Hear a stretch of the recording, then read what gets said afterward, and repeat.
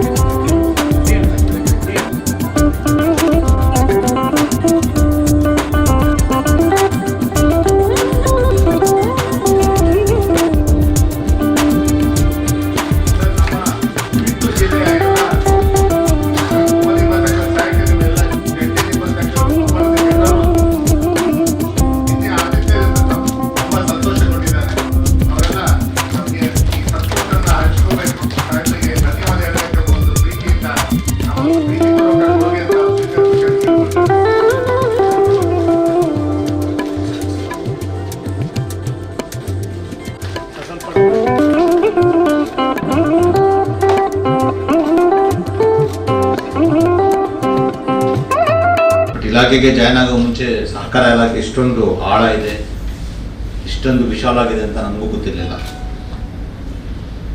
ನಾನು DC ಕೆಲಸ ಮಂಡ್ಯದಲ್ಲೂ ಮಾಡಿದೆ, ಬೆಳಗಾಮಲ್ಲೂ ಮಾಡಿದೆ. ಅದು ಡೆಪ್ಟಿ ಕಮಿಷನರ್ಗೂ ಹಾಗೂ DRCSಗೆ ಬಹಳ ಕಡಿಮೆ ಸಂಬಂಧ ಇರುತ್ತೆ. Because cooperation department is A regulatory department. ಏನು ಪೊಲೀಸಿಂಗ್ ಮಾಡ್ತೀವಿ ಆ ಕೆಲಸ ಮ್ಯಾಕ್ಸಿಮಮ್ ಅಪ್ ಟು 80% ಒಂದು ಕೆಲಸ ರೆಗ್ಯುಲೇಷನ್ ಇರುತ್ತೆ, ಮೋರ್ ದೆನ್ ವೆಲ್ಫೇರ್ ಸ್ಕೀಮ್ಸ್. ಅದಕ್ಕೆ ಬಹಳ ಸಂಬಂಧ ಕಡಿಮೆ ಇರುತ್ತೆ. ಈ ಇಲಾಖೆಯಲ್ಲಿ ಬಂದು ಕೆಲಸ ಮಾಡಿದ್ಮೇಲೆ ಗೊತ್ತಾಗೋದು ಇಲಾಖೆ ಎಷ್ಟು ವಿಶಾಲ ಆಗಿದೆ, ಏನೇನು ಚಟುವಟಿಕೆಗಳಿದೆ, ಯಾವ್ಯಾವ ಸಂಸ್ಥೆಗಳು ಇಲಾಖೆಯಲ್ಲಿ ಬರುತ್ತೆ ಅಂತ. ಇಲ್ಲಿ ಜಾಯ್ನ್ ಆಗಿ ಕೆಲಸ ಮಾಡೋದು ನನಗೆ ಭಾಳ ಸಂತೋಷ ಆಯಿತು, ಒಳ್ಳೆ ಎಕ್ಸ್ಪೀರಿಯನ್ಸ್ ಇತ್ತು. ಅದು 2 years ಫುಲ್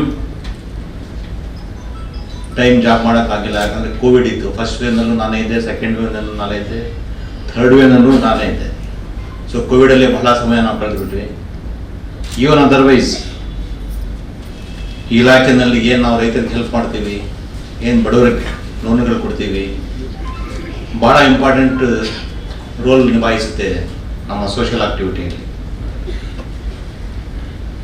ಸಹಕಾರಿ ಟ್ಯಾಕ್ಸ್ ಇರ್ಬೋದು, ಕೋಆಪರೇಟಿವ್ ಸೊಸೈಟೀಸ್ ಇರ್ಬೋದು, ಕ್ರೆಡಿಟ್ ಕೋಆಪರೇಟಿವ್ ಸೊಸೈಟೀಸ್ ಇರ್ಬೋದು, urban cooperative banks, milk unions, you name the subject and there are cooperative societies in Karnataka.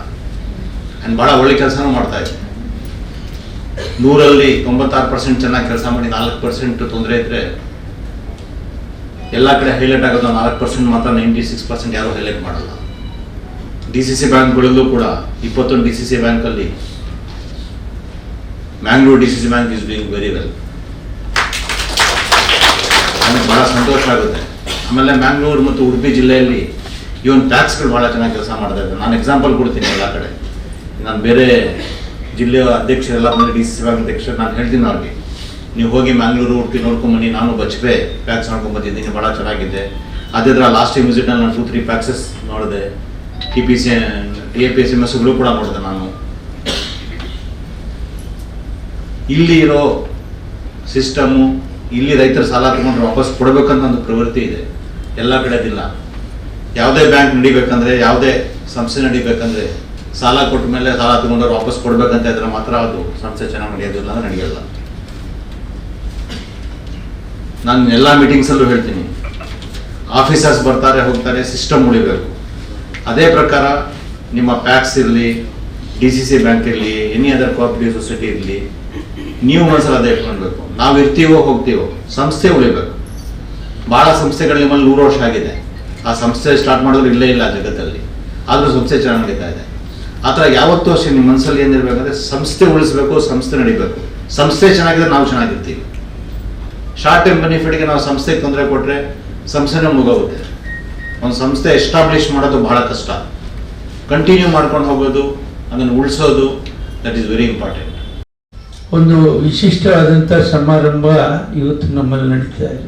ಮೊದಲನೇದಾಗಿ ಸಹಕಾರ ಇಲಾಖೆಯವರು ವಿಭಾಗ ಮಟ್ಟದ ಅವರ ಪರಿಶೀಲನಾ ಸಭೆಯನ್ನು ಇಲ್ಲಿ ನಡೆಸಿದ್ದಕ್ಕಾಗಿ ನಾನು ಇಲಾಖೆಯವರಿಗೆ ನಮ್ಮ ಎಲ್ಲ ಜಿಲ್ಲೆಯ ಸಹಕಾರಿಗಳ ಪರವಾಗಿ ಅಭಿನಂದನೆಯನ್ನು ಸಲ್ಲಿಸ್ತೇನೆ. ಯಾಕಂತ ಹೇಳಿದರೆ ಪರಸ್ಪರ ಒಬ್ರಿಗೊಬ್ರು ತಿಳುವಳಿಕೆ ಬರ್ತದೆ. ಆ ಜಿಲ್ಲೆಯಲ್ಲಿ ಯಾವ ರೀತಿ ಇರ್ತದೆ, ನಮ್ಮ ಜಿಲ್ಲೆಯಲ್ಲಿ ಯಾವ ರೀತಿ ನಾವು ಕೆಲಸ ಮಾಡ್ತೇವೆ ಅನ್ನುವಂಥದ್ದನ್ನು ನೋಡ್ಕೊಳ್ಳಿಕ್ಕೆ ಒಂದು ಅವಕಾಶ ಮಾಡಿಕೊಟ್ಟದಕ್ಕಾಗಿ ಇಲಾಖೆಯವರಿಗೆ ನಾನು ಅಭಿನಂದಿಸ್ತಾ, ಇವತ್ತು ಮುಖ್ಯವಾಗಿ ನಮ್ಮಲ್ಲಿ ಏನು ನಾವು ಕೆಲವೊಂದು ಅಭಿಪ್ರಾಯವನ್ನು ನಾವು ಮಾಡಿದ್ದೇವೆ, ಮುಖ್ಯ ಇಲಾಖೆಯ ಗಮನಕ್ಕೆ ತರುವುದು ನಾನು ಬಯಸ್ತಾ ಇದ್ದೇನೆ. ನಮ್ಮ ಜೀವನ 2 ವರ್ಷದಿಂದ 36ಕ್ಕೆ ಬಡ್ಡಿ 2 ವರ್ಷ ಆಗ್ತದೆ ನಮ್ಮ ಇಲಾಖೆಗೆ ಬಂದು. ನಾನು ಮತ್ತು ಅವರು ಇಲಾಖೆಯ ಮುಖ್ಯ ವಸ್ತರಾಗಿ ಒಂದು ಡಿಸ್ ಬ್ಯಾಂಕ್ ಅಧ್ಯಕ್ಷರಾಗಿ ನಮ್ಮ ಸಂಪರ್ಕ ಅಲ್ಲ, ನಮ್ಮದೊಂದು ಅನ್ಯೋನ್ಯತೆಯ ಸಂಪರ್ಕ. ಇಲಾಖೆಯಲ್ಲಿ ಏನಿರ್ತದೆ, ಬೇರೆ ಕಡೆ ಏನು ನಡೀತದೆ, ಹೇಗೆ ಆಗ್ಬೋದು ಅನ್ನುವಂಥ ಚಿಂತನೆಯನ್ನು ನಾವು ಮಾಡ್ತಾ ಇದ್ವಿ. ಕೆಲವರಿಗೆ ನಾನು ವಾರಕ್ಕೆ ಹೋದಾಗ ಒಂದೊಂದು ಸಲ ಹೋಗ್ತೀನಿ, ವಾರಕ್ಕೆ ಒಂದು ಸಲನೂ ಅಲ್ಲಿ ಹೋಗಿ ನಮ್ಮ ಜಿಲ್ಲೆಯ ಸಮಸ್ಯೆ ಪರಿಹಾರ ಮಾಡಿಕೊಳ್ಳೋದು ಎಲ್ಲವನ್ನು ಮಾಡ್ತಿತ್ತು.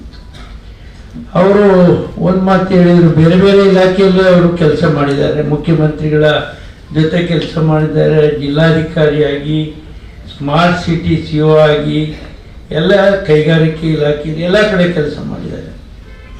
ಆದರೆ ಅವರು ಒಂದು ಮಾತು ಹೇಳಿದರು, ಸಹಕಾರ ಇಲಾಖೆ ಎಷ್ಟು ದೊಡ್ಡ ಇಲಾಖೆ ಇಲ್ಲ ಅಂತೇಳಿ. ಯಾಕೆ ಅಂತ ಹೇಳಿದರೆ, ದೇಶದ ಕಟ್ಟ ಕಡೆ ಒಬ್ಬ ರೈತನನ್ನು ಸಂಪರ್ಕಿಸುವಂಥ ಒಂದು ಇಲಾಖೆ ಇದ್ದರೆ ಅದು ಸಹಕಾರ ಇಲಾಖೆ. ಇಲ್ಲಿ ನಮ್ಮ ಜಿಲ್ಲೆಯಲ್ಲಿ ಬ್ಯಾಂಕ್ಗಳು ಇರ್ಬೋದು, ಇನ್ನೊಂದು ಇರ್ಬೋದು, ಎಲ್ಲ ಬ್ರಿಟಿಷರಿಗೆ ಗೊತ್ತಾಗಿದೆ. ಅವರ ಆಡಳಿತ ಕಾಲದಲ್ಲಿ ಅವರು ಸಹಕಾರ ಇಲಾಖೆಗೆ ಮಹತ್ವ ಕೊಟ್ಟಿದ್ದಾರೆ. ನಮ್ಮ ಈ ಸಹಕಾರ ಇಲಾಖೆ, ಈ ಬ್ಯಾಂಕ್ ಇರ್ಬೋದು, ಇನ್ನೊಂದು ಪ್ರಾರಂಭ ಆಗಿ ಶತಮಾನ ದಾಟಿದೆ. ಅಂದರೆ ಸ್ವಾತಂತ್ರ್ಯ ಪೂರ್ವದಲ್ಲಿ ಕೂಡ ಬ್ರಿಟಿಷರು ಮನಗಂಡಿದ್ದಾರೆ, ದೇಶದ ಕಟ್ಟ ಕಡೆ ಒಬ್ಬ ಮನುಷ್ಯನನ್ನು ತಲುಪಲಿಕ್ಕೆ ಆಗುದಿದ್ರೆ ಸಹಕಾರ ಕ್ಷೇತ್ರದಿಂದ ಮಾತ್ರ. ಈ ವಾಣಿಜ್ಯ ಬ್ಯಾಂಕ್ಗಳು ಇತ್ತೀಚೆಗೆ ಹುಟ್ಟಿದೆ, ಒಂದು 75 ವರ್ಷ 80 ವರ್ಷ ಆಗಿರ್ಬೋದು. ಅದರ ಮೊದಲು ಹುಟ್ಟಿದ್ದು ಸಹಕಾರ ಇಲಾಖೆ. ಹಾಗಾಗಿ ನೀವು ಬೇರೆ ಬೇರೆ ಇಲಾಖೆಯಲ್ಲಿ ಕೆಲಸ ಮಾಡಿದ್ರು, ಈ ನೀರಾವರಿ ಇರ್ಬೋದು, PW ಇರ್ಬೋದು, ಇನ್ನೊಂದು ಇರ್ಬೋದು, ಬಹಳ ದುಡ್ಡಿರುವ ಇಲಾಖೆಗಳು ಇರ್ಬೋದು. ಆದರೆ ಸಹಕಾರ ಇಲಾಖೆ ಹೇಳಿದರೆ ಜನರನ್ನು ಸಂಪರ್ಕಿಸಿ ಜನರ ಪ್ರೀತಿಯನ್ನು ಗಳಿಸುವಂಥ ಒಂದು ಇಲಾಖೆ ಇದ್ದರೆ ಅದು ಸಹಕಾರ ಇಲಾಖೆ ಅಂತ ಹೇಳಿಕ್ಕೆ ನಾನು ಭಾಳ ಸಂತೋಷದಿಂದ ಹೇಳ್ತೇನೆ. ನಮ್ಮಲ್ಲಿ ದುಡ್ಡು ಸ್ವಲ್ಪ ಕಮ್ಮಿ ಇಲಾಖೆಯಲ್ಲಿ, ನಮ್ಮ ದುಡ್ಡು ಬರೋದೇ ನಮ್ಮ ಇವ್ರು ಹೇಳಿದಾಗೆ ತಿಮ್ಮ ಪೂಜಾರಿ ಅವರು ಹೇಳ್ತಾರೆ, ಆ ಸಬ್ಸಿಡಿ ಹಣ ಬರಬೇಕಾದ್ರೆ ಒದ್ದಾಡಿ 2 ವರ್ಷ ಆಗ್ತದೆ. ಆ ದುಡ್ಡಿಗೆ 2 ವರ್ಷಕ್ಕೆ ನಮಗೆ ಬಡ್ಡಿ ಇಲ್ಲ. ನಿಬಡ್ಡಿ ಹಣವನ್ನು ನಾವು ಟ್ಯಾಕ್ಸ್ನವರು ನಾವು ಕರ್ತವ್ಯ ನಿರ್ವಹಿಸ್ತೇವೆ. ಆದರೂ ಕೂಡ ಸಂತೋಷ ಹೇಳಿದರೆ, ಜನರಿಗೆ ಸಮೀಪ ಇರುವಂಥ ಇಲಾಖೆ ಹೇಳಿದರೆ ಸಹಕಾರ ಇಲಾಖೆ. ಇದರಿಂದ ಜನರಿಗೆ ನಾವು ಬೇಕಾಗುವವರು ಇರಿದ್ರೆ ಸಹಕಾರ ಇಲಾಖೆ ಅಂತ ಹೇಳ್ಕೊಂಡು, ಇವತ್ತು ನಮ್ಮ ಅಲ್ಲಿ ವಿಶೇಷವಾದಂಥ ನಾವು ಸಭೆಯನ್ನು ಕರೆದು, ನಾವು ಯಾವುದೇ ಒಂದು ಕಾರ್ಯಕ್ರಮ ಒಂದು ರೂಪಿಸೋದಿದ್ರೆ ಇವರೆಲ್ಲರನ್ನು ಕರೆದು ನಾವು ರೂಪಿಸ್ತೇವೆ. ಇವತ್ತೊಂದು ಕಾಮನ್ ಸಾಫ್ಟ್ವೇರ್, ಅಮಿತ್ ಶಾನವರು ಸಹಕಾರ ಮಂತ್ರಿ ಆದಮೇಲೆ ದೇಶಕ್ಕೆ ಒಂದು ಕಾಮನ್ ಸಾಫ್ಟ್ವೇರನ್ನು ತರಬೇಕು ಅಂತೇಳಿ ಹೊಸ ಆಜ್ಞೆಯನ್ನು ಮಾಡಿದ್ದಾರೆ. 3 ವರ್ಷದಲ್ಲಿ ಮಾಡಬೇಕು ಹೇಳಿ ನಮ್ಮ ಮುಖ್ಯಮಂತ್ರಿಯವರು ಅವರಲ್ಲಿ ಸಮಾಲೋಚನೆ ಮಾಡಿದಾಗ ಇವರು ಸಾಹೇಬರು ಇದ್ದರು, 1 ವರ್ಷದಲ್ಲಿ ಮಾಡಬೇಕಂತ ಹೇಳಿದರು. 6 ತಿಂಗಳು ಕಳೆದು ಹೋಯಿತು. ಆದರೆ ನಮ್ಮ ಜಿಲ್ಲೆಯಲ್ಲಿ ಕಾಮನ್ ಸಾಫ್ಟ್ವೇರನ್ನು ನಾವು ಅಳವಡಿಸಿಕೊಂಡು ಸಂಪೂರ್ಣವಾಗಿ ಅದರಲ್ಲೇನು ಕುಂದುಕೊರತೆ ಇದೆ ಅಂತ ಇವತ್ತು ಸಭೆ ಕರೆದಿವಿ. ಅದರ ಜೊತೆಗೆ ಕೊರೋನಾದಲ್ಲಿ ಸತ್ತವರಿಗೆ ಸರ್ಕಾರದಿಂದ 1 ಲಕ್ಷ ರೂಪಾಯಿ ಸಾಲ ಮನ್ನಾ ಅಂತ ಹೇಳಿ ಹೋಗಿದ್ದಾರೆ. ನಾವು ಅದನ್ನು ಇಂಪ್ಲಿಮೆಂಟ್ ಮಾಡಿದ್ದೇವೆ. ನಾವು ನಮ್ಮ ಜಿಲ್ಲೆಯಲ್ಲಿ ಕೊರೋನಾದಲ್ಲಿ ಯಾರಾದರೂ ರೈತ ಸತ್ತಿದ್ರೆ ಸಾಲ ಪಡ್ಕೊಂಡವ 1 ಲಕ್ಷ ರೂಪಾಯಿ ನಾವು ಸಾಲವನ್ನು ಹೇಳಿದ ಪ್ರಕಾರ ಮನ್ನಾ ಮಾಡಿದ್ದೇವೆ. ಇವತ್ತೊಂದು ಹೊಸ ನಿರ್ಣಯ ನಾವು ಸಮಾಲೋಚನೆ ಮಾಡಿದ್ದೇವೆ. ಬೆಳೆ ಸಾಲ ಮತ್ತು MTF ಏನು 0% 3 ಲಕ್ಷ ಇದೆ, 3% 10 ಲಕ್ಷ ಇದೆ.